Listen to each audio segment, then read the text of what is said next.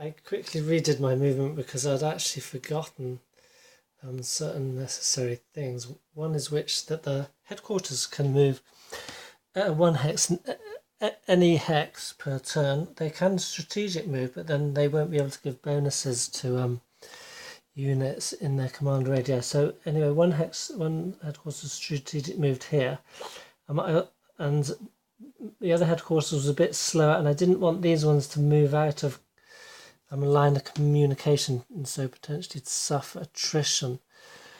But essentially what's happened is that we got a cavalry unit in the woods here. That's to block any reinforcements along here.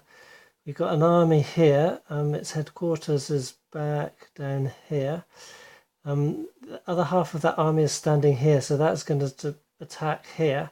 And then the cavalry army has moved all the way around here and managed to cut the line of communications. So these armies are all will suffer attrition unless they are, unless they are able to re-establish that. It does put this one under danger of attrition, but we're hoping that successful combat results will adjust that. And then we moved blocking forces essentially up here and all the way around here, just to hold any of the Russian forces moving over.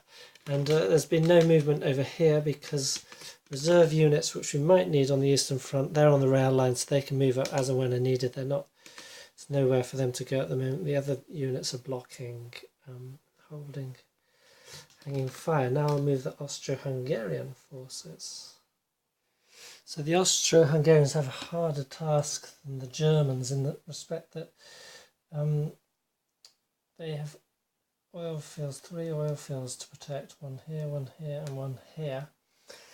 And they also have industrial cities right on the edge of their border. And they have weaker forces and smaller numbers than the Germans. So essentially what they've done is they've just spread out here. They sent up unit here, cavalry corps and infantry corps, to cut the line of communications here, just to stop reinforcements zooming up to help. It's not a pocket yet, and there's industrial cities here, so this would never be an unsupplied pocket for the Russians, as long as they had communication back to these industrial cities and this one. But the hope is to cut it off from reinforcements, so create some sort of ring of encirclement. Not necessarily to destroy them, but to wish for them to then hopefully try to fight back out rather than to fight in or down here. So the Austro-Hungarians have generally used their infantry units, moved as far as they could, and then their cavalry just sort of to move further to bolster their infantry corps. So the next point is the Austro-Hungarian units down here, because the hope is to capture Serbia at some point, also to knock Romania out. Bulgaria is not in the war yet, and the Ottomans down here will be joining soon, so the hope is that they can aid the Austro-Hungarians here, but I'll see what we can do in this region in forms of movement. The main question is what to go for first, because it could be slow taking Belgrade. The Serbians are quite strong. There's Albania and Montenegro offer early, just down here. Albania here, they offer early chances of morale losses to the Entente for minimal effort, or relatively minimal. So I think that's probably where we would concentrate at the moment, and then see what the Russians do if we can move, or perhaps once these are freed up, to go on into Belgrade. But of course the problem is we have to reckon with the Serbian forces, so they could move in and threaten Austro-Hungarian regions. We don't know if the Entente have played a campaign card in this area. We will do it after the end of this impulse, so it's probably wise not to do too much drastic down here, particularly at the moment. Okay, so the best the Austro-Hungarians could do with it also not such great terrain. They've moved the unit down from here. In fact, 2 units. So in preparation for invasion of Montenegro, they've protected their naval base in Cattaro with a cavalry corps, which were able to move fairly quickly to do that, and then they've reinforced here, so to prevent Serbian incursions. And I'm not going to move the Alpine unit from the Italian border yet. So that is the Central Powers movement turn, and now we will go to their combat. There is actually only one combat to have, and that is from here to here. Combat is voluntary. You don't have to do it. There's another possible one here.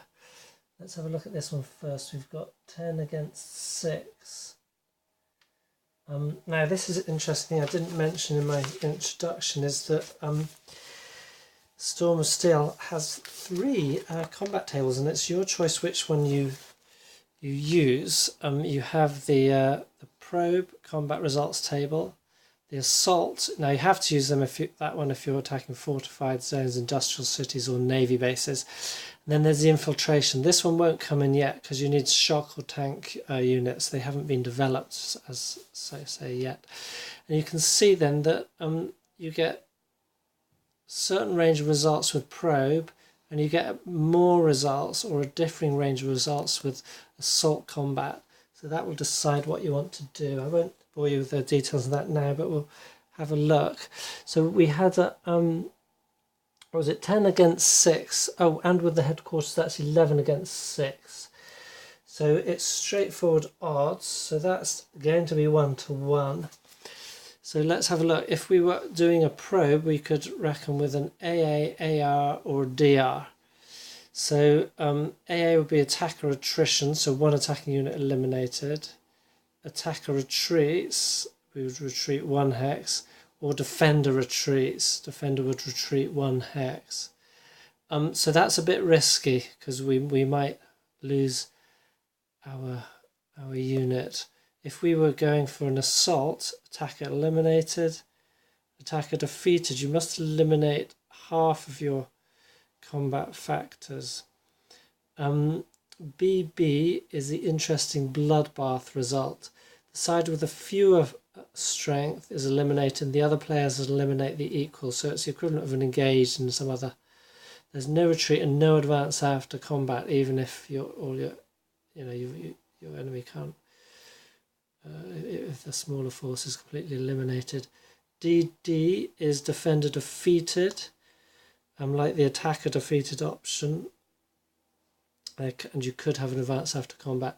So again, that one risks attack eliminated and also 1 unit eliminated. We've only got 1 unit and the headquarters there, so we don't want to do that.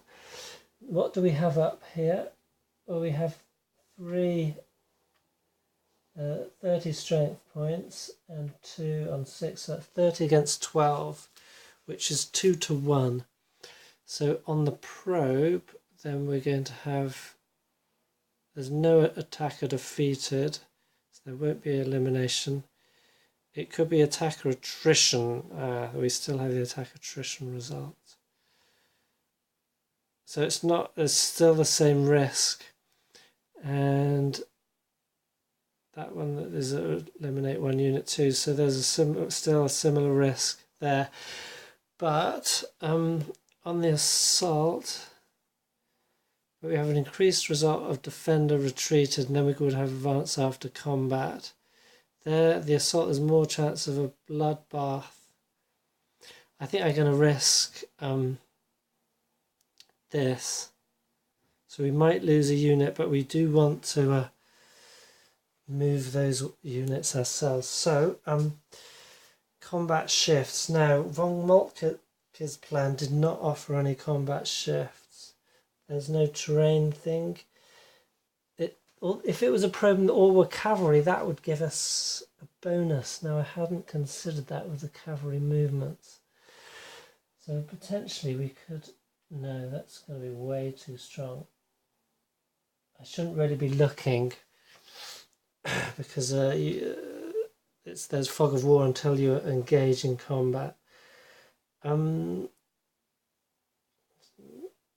defender is he out of supply?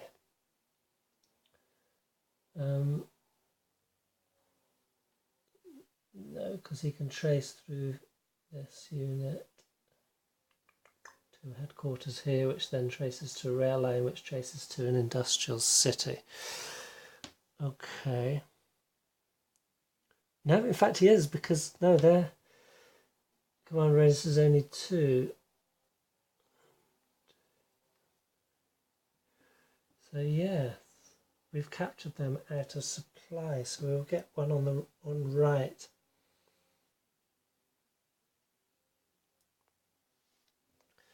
Okay, so that brings us up to 3-1. Okay, so we're going to go for that 3-1 probe. On a 1 or 2, there's no effect. On the rest, it's defender retreat or even defender attrition.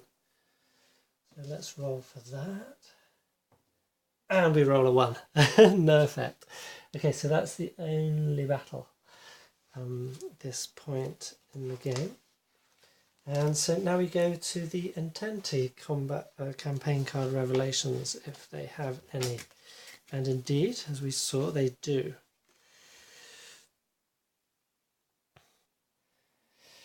In the east, they have Putnik takes command.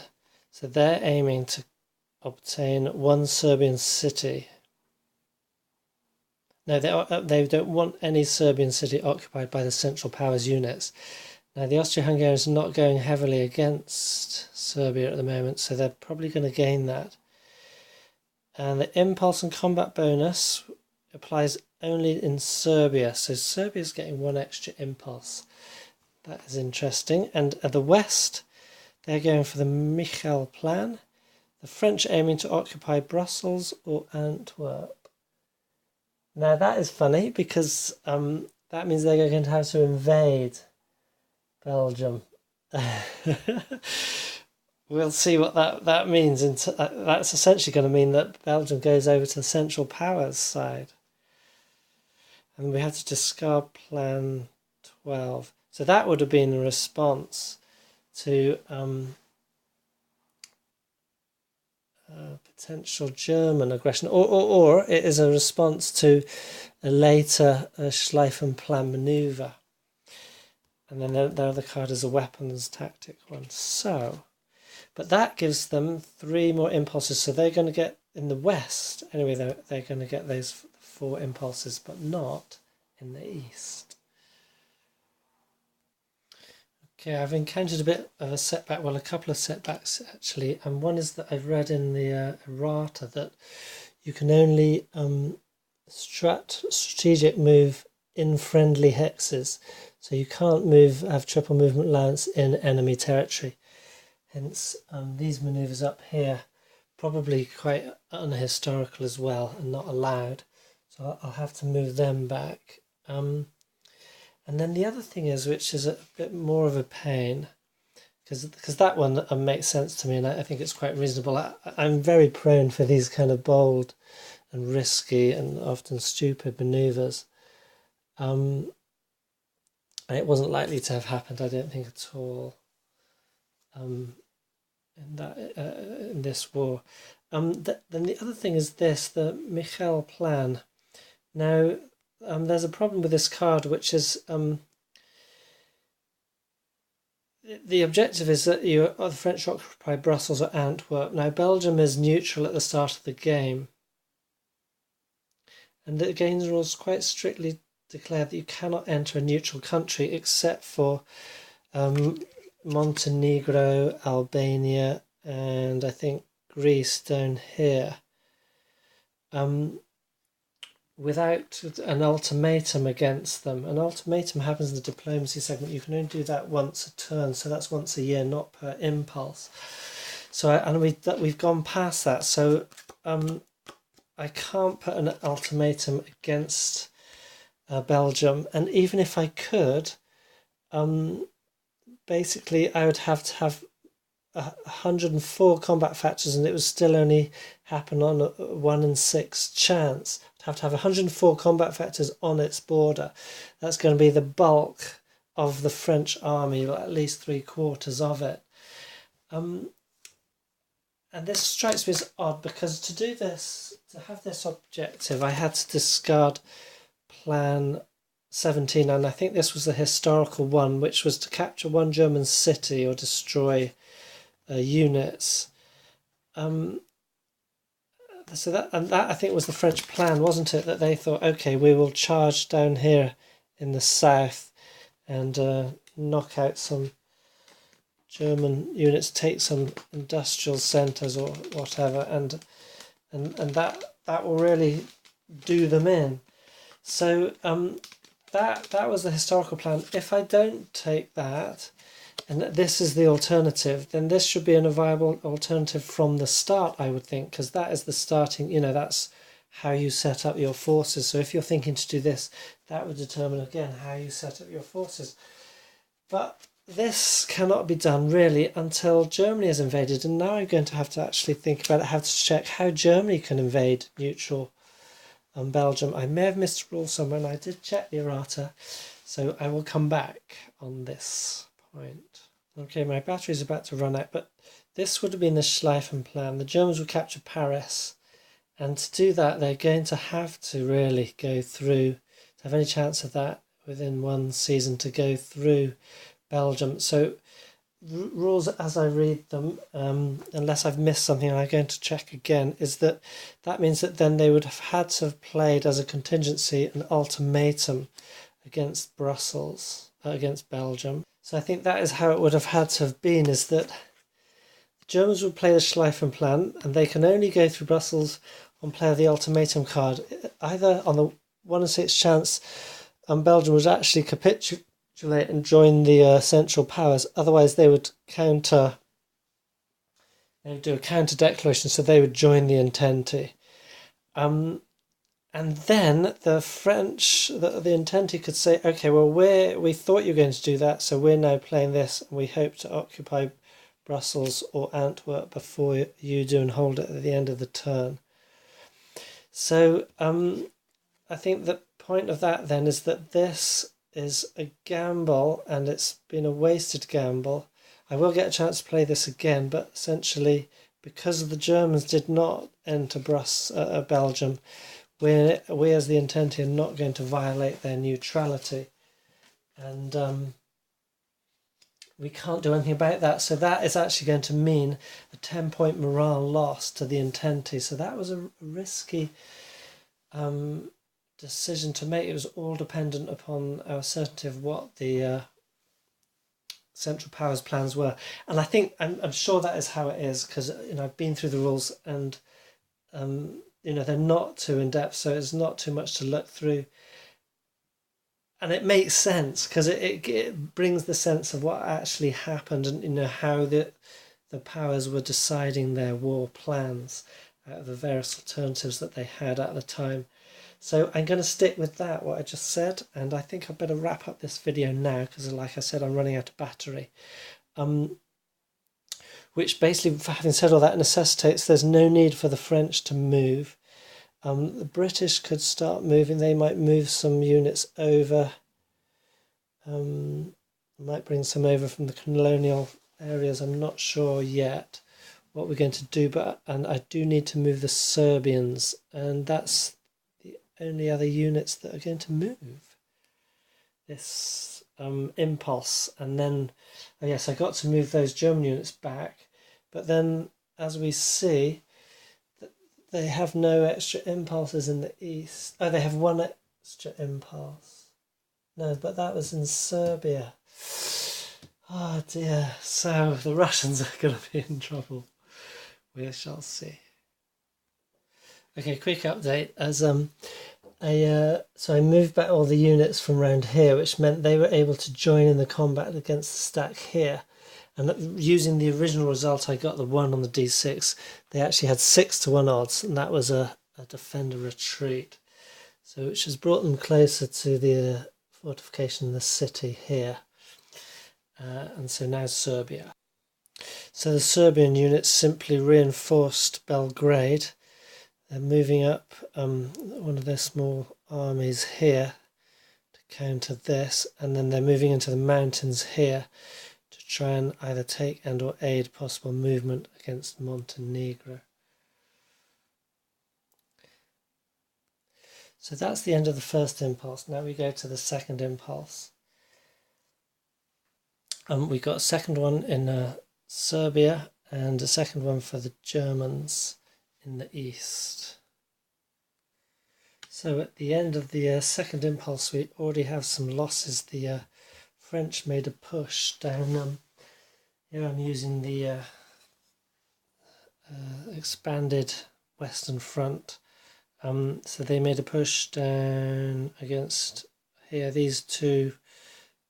Sorry, this army is actually here. So they attacked here and actually sustained a loss. It was an assault combat.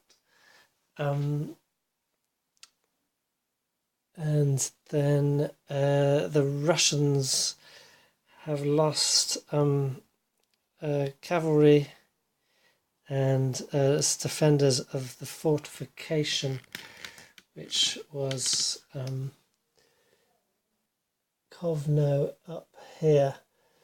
So the Germans had something like 5-1 odds in the end after pushing back the defenders.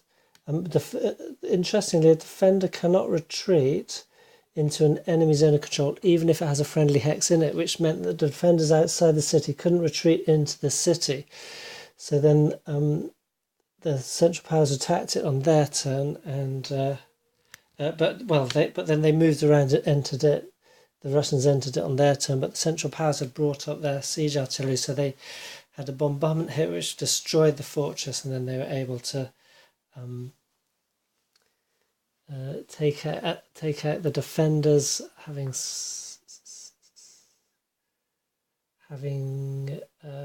zones of control all around it. They were eliminated. No, that's not true. That's not happened. So they pushed out the defenders there. That some were lost. It was over here. There's an isolated group in the town of Lodz, and they were surrounded by Austro-Hungarians and Germans. So they were all eliminated on a retreat result. So up here in Kovno, we've actually just got a retreat. We lost some units and retreated some others. So, but then I forgot to roll the result for this. So the Russians got two armies down here threatening the Austro-Hungarian petroleum regions there. But they are getting really tightly pinched here. They've surrounded a rather bold 2 cavalry corps here, which look in a bit of a parlous state. So I'll just roll for those results. So here we got a half exchange result. So all the defenders were eliminated, but that was 2 corps, but the Russians lost a corps as well. Here it's actually an Austrian cavalry and infantry corps versus mixed attackers. They're just going to risk a probe. 6 defender retreat. That's perfect. Because the defenders cannot retreat into enemy zones of control, and so therefore are eliminated. So that's evened it up. The Austro-Hungarians get reinforcements at the end of the second impulse on any rail hex. I'm interpreting that quite liberally to say any rail hex, even this one in a zone of control. So we're assuming they were moving up early in preparation. That is on the Noyle field, so that could be crucial. Move into the third impulse, and in this impulse the Russians get all these reinforcements, so that's desperately what they need. So that has certainly bolstered all their defences around here, and also brought a few reinforcements up in St. Petersburg ready to deploy around the north there. That's super, but it's the third impulse, and it's the they don't actually have any movement they can make, but the Germans do, and the Austrian-Hungarian. Again, I realised it's going to take a bit of getting used to. I realised I made a mistake. I actually moved the Russians in the second impulse, which they couldn't do. The Serbians, yes. So I've had to move them back more or less to where they were, and most of them had stayed put anyway, which meant that in fact that Austro-Hungarian loss didn't take, and neither has that. So the Austro-Hungarians have lost nothing, and the Entente have lost quite a bit. So here at the end of the forced impulse, the Eastern Front looks like this. The Germans have captured Kovno, Novogeorgievsky, Kalitz and Lodz, Memel. Sorry, that was theirs. That's it. And Austro-Hungarians have pushed up not far from their borders, but here assisted by the Germans, they've slowly pushed the Russians back. Now they are being threatened down here, but they've managed to bolster that. And you can see a big difference that having extra impulses makes. They could leave sort of some gaps in securing the knowledge that the enemy wasn't organised against them, to make good of that this season. And similarly, they've managed to push all the way up there without the enemy being able to do anything to stop them for 3 whole movement impulses. And the quite significant victories in taking originally that and then this one, partly because of their use of siege artillery. It moves slowly, but it was already quite near the borders when they started. So that is the end of the movement phase for the first movement and combat, the impulses phase for the first turn. And now we move to supply attrition. So we have to determine if any units are out of supply. Basically, we trace them. We don't need to worry about air and naval at the moment because we haven't done any naval movement. They're also in their bases. But otherwise, as long as you're within twice the command radius, which is 3 for the Germans, 1 for the Austro-Hungarians and 1 for the Russians, they're going to be. And then that headquarters can trace it back to Industrial City. They're in supply. And basically I've moved everyone such that that is the case. In this one, you can trace through here the usual regulations on that kind of thing. So that's, everyone's in supply nicely. Hang on, no, that's not true because these armies, okay, that wouldn't have been wise thing to do, so I'd leave that headquarters there. So these are, keeps those all in supply. And the headquarters note has to be close to a railway line to manage that. No, that wasn't quite right. So in fact, this headquarters, it has to be 1 hex because the headquarters are those Russian ones, and so it has to be the command radius to the railway line, which means these units are all out of line of communications. I'm going to have to roll for them. So it's actually just these 4. And if it's in winter, they have 1 or 2. They're eliminated. On other seasons, it's only on a 1, unless it's desert or mountain, in which case there's a higher chance. So those 2 are okay, and those 2 are okay. That was fortunate. So now we move on to the morale phase, which is where this is going to come into effect. So basically it's -1 point in morale for each unit. It doesn't matter the size it is or whatever. So 1, 2, 3, 4, 5, 6, 7, 8, 9, 10, 11. I've got to check if you count fortresses. So that's 11 morale down to the Entente. And then we also adjust morale according to cities captured. Industrial City Hex 2, +2 morale and -2 for the enemy. So the Germans have captured 1 Industrial City Hex. So they gain 2, brings them up to 97, and now the Entente on 87.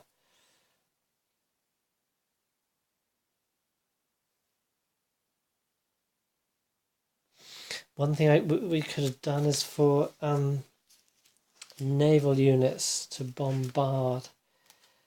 I hadn't cottoned on that if you, on a certain result, if you're bombarding a city, you can reduce the enemy morale. So that would have been something the Allies could have done. Great Britain specifically. So I think we'll have to start them doing that next turn. Or something with their navy. Units lost by supply attrition do not cause morale shifts. Okay, and then we have to check the strategy cards. So in the east, have the Germans captured any 2 Russian cities? And yes, they did. It's any 2. They've captured, in fact, 4. So they gain 20 morale. So you can't go higher than 100. In the east is any Serbian city occupied by Central Powers? No, it is not. So they gain 5, so that brings the Entente up. And then do the French occupy Brussels or Antwerp? No, they don't. But on the first, so that would be -10, but on the first turn that is halved. If you get morale loss from strategy card play. Okay, so that is, and there's no countries surrendered or neutrals joined your side. So that is the end of the morale phase. Now we go to the mobilization phase.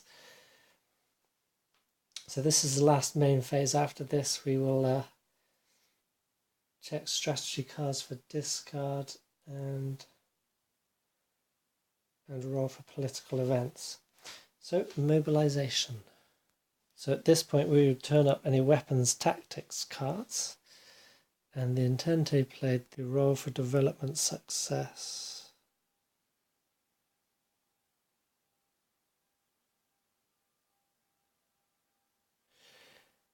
So it's 10 industrial points and success on 1 to 4 to raise the air doctrine. And they roll a 1, so yes, we mark that where? Here. Okay, they're on 2 out of 5. So that's been successfully developed. Then we go to commerce raiding. I don't have naval units on the off-map display in the commerce raiding display. I have to wrap my head around this naval, i.e. by playing it out, starting with the next turn, I think. Merchant shipping, economic warfare. The Entente rolls on the merchant shipping outcome table. So at high morale, there is no outcome on that at the moment. So the Entente is still in high morale. If they're at 80, they would have gone down into the lower part of high. But anyway, we would have rolled for a possible morale loss. And so that's simulating like U-boat warfare from the Central Powers side. Now we determine that the status of all countries' industrial and petroleum points available. Okay, so this is quite a fun part, and especially aided by these charts drawn up by Rob Midrow in 2007, available on the internet. I can't remember where exactly, but you can find them. So essentially what you do is, we're in this turn, so you check your petroleum hexes. Petrol is needed to build air units, tank units, and battleship squadrons and escort squadrons. Oh, and also to convert other units to motorization. Otherwise you don't have to worry about that. Now, a bit of the pain is that it doesn't say anywhere in the game where they are, and they're sort of dotted on the map, so you can imagine searching through here. But as it turns out, Austria-Hungary has 3, Romania has 1, Russia has 2 in the Caucasus, or Trans-Caucasus. Then otherwise they're off-map. So America's got 3 and Arabia's got 2, which makes me interested in Arabia. No one controls at the moment, so maybe the Brits would grab control of those oil fields. So at the moment, what actually happened is that Russia has transferred its oil to France for this turn in exchange for some industrial points. So here he's written mobilization centres, but what he means is industrial cities, industrial points. So France, he's highlighted the beginning one, so you can only see it faintly here because I printed in black and white. So that's France starts with 12 industrial centres, times the production multiple for this turn is 4, so he gets 48. He's also got one on the off-map display in French West Africa, so he gets 4 for that. So it's none captured this turn. None mobilisation points sent from England or the US. Now, any country can send to another country as long as that country has less industrial centres than it. So those are the and they're on the same side. So those are the ones on the same side as France that have more industry. So then we reach a subtotal, adding those two together, 52. Then he sends some points. He sent so these are allies. They're not in the game yet, and they're not allies at this point. So he sent 5 points to Russia, leaving him with 47. Then their Entente spent 10 on the air doctrine level. I took that off the French, so that costs them 10. And then we go down, we buy. So we've got our dosh. We get to spend it. This is the fun point, isn't it? So headquarters, infantry divisions, and you look down. This is the number of seasons, or i.e. turns, it will take for that to come on board. And that's the cost. And if there's a cost after slash, that's oil, petroleum cost. So France chose to build siege artillery. They chose to build 3 of those. That's cost them 36, and 2 tactical air units, costing them 8, and those 2 petrol points from Russia, which leaves them with 44 spent and 3 to carry over the next turn. So you can see that in 2 turns they will get some siege artillery. That's what they want to utilise on the Western Front. Strangely, they don't start with any of that. I don't know why I say strangely, but Germany was a bit more prepared in that case. So that was France. Let's have a look at the other Entente units. Just a bit illuminative of the relative balance of power in the game. So we have... he calls it England, Great Britain, because we're assuming that Wales, Scotland, and Northern Ireland are joining in the war, and some of the other scattered islands. So basically Great Britain gets bases 72. It sends, you can send 10% to an ally. So they sent the full 7 points possible to Russia. And they're buying 4 infantry divisions and 3 merchant shipping points. I'm not sure what they're for, but they sound good for the Entente, leaving them with 9 left over for the turn. And then we turn to Russia. So Russia has the petroleum hexes. They don't actually count for this total, and as we know, they've gone to France. They don't have many industrial centres. And actually I counted the one that they have lost. So that should have gone down to 4, which is going to give them 4 less. So my sums are wrong, but you get the point. So they would normally start on 24. They got 12 from England and France, the maximum that could be done, which gives them 36. They're buying reserve infantry because they come on board immediately. It doesn't take any time to produce them.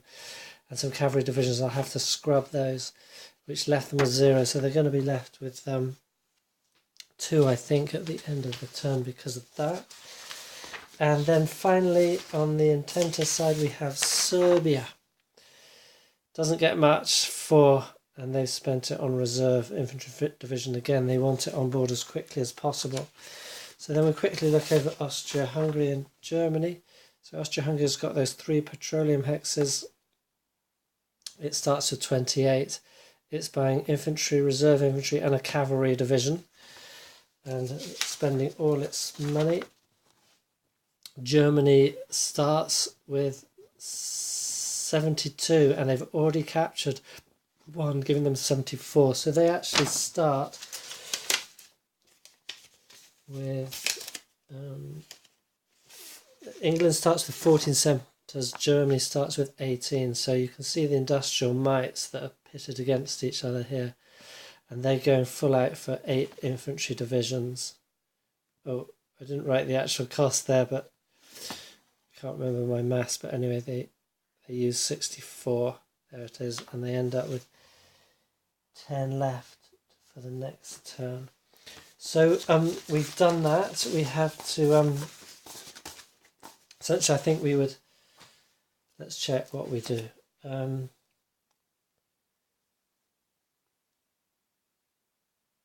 So I take the units from the counter mix or the dead pile and place them ahead on the turn record track.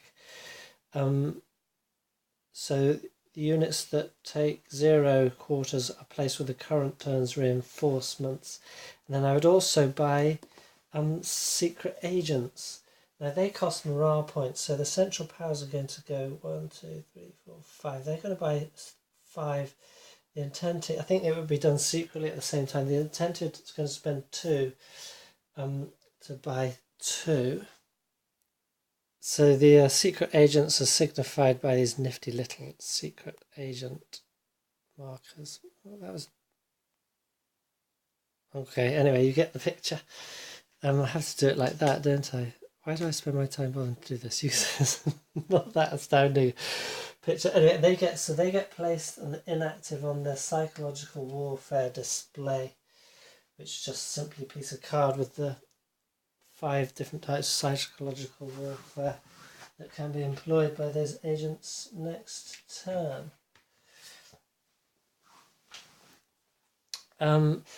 So now the morale stands at 95 to 85. Now we go to reinforcements, so we place them on all map reinforcements due this turn.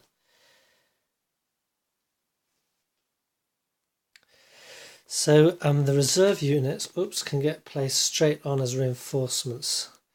And one thing I've noticed, which is interesting, I reckon that counter mix is a definitive limit, but seeing as you can use units from your dead pile, you can recycle them. But you'll notice you have different strength of reserve units. So I'm assuming that's when you would obviously build the stronger ones first, and then you get less conscripts available until other units, I suppose, are destroyed. You can use some of the remaining cadre from them to rebuild bigger ones again. Now they go on any city hex, and regular units would go on an industrial city hex in a friendly territory. So I'm going to place these in Hungary, and so Russia got 10 of those, and Serbia got 1. And you can't place more than 1 unit per city hex. And there must be a line of communications. So, for example, Libau here is cut off by the move of the German Cavalry Corps. Riga can take another unit. I think they will. The Vince can't, because again it's got Cavalry Corps. And it's putting a line of zone of control around it. Now, because we're worried, as intended, that the Ottomans are going to join next season, as indeed they do, we're reinforcing around Sevastopol, Nikolaev and Odessa.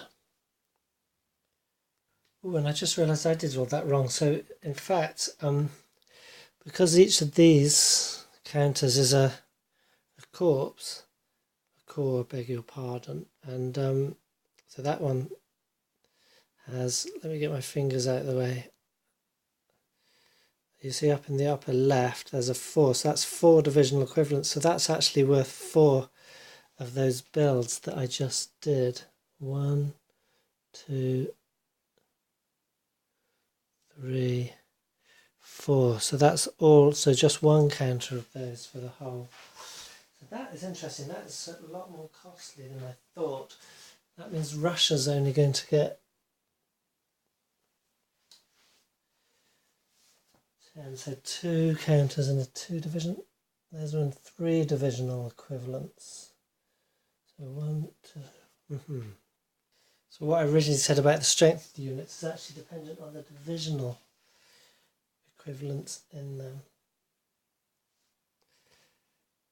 And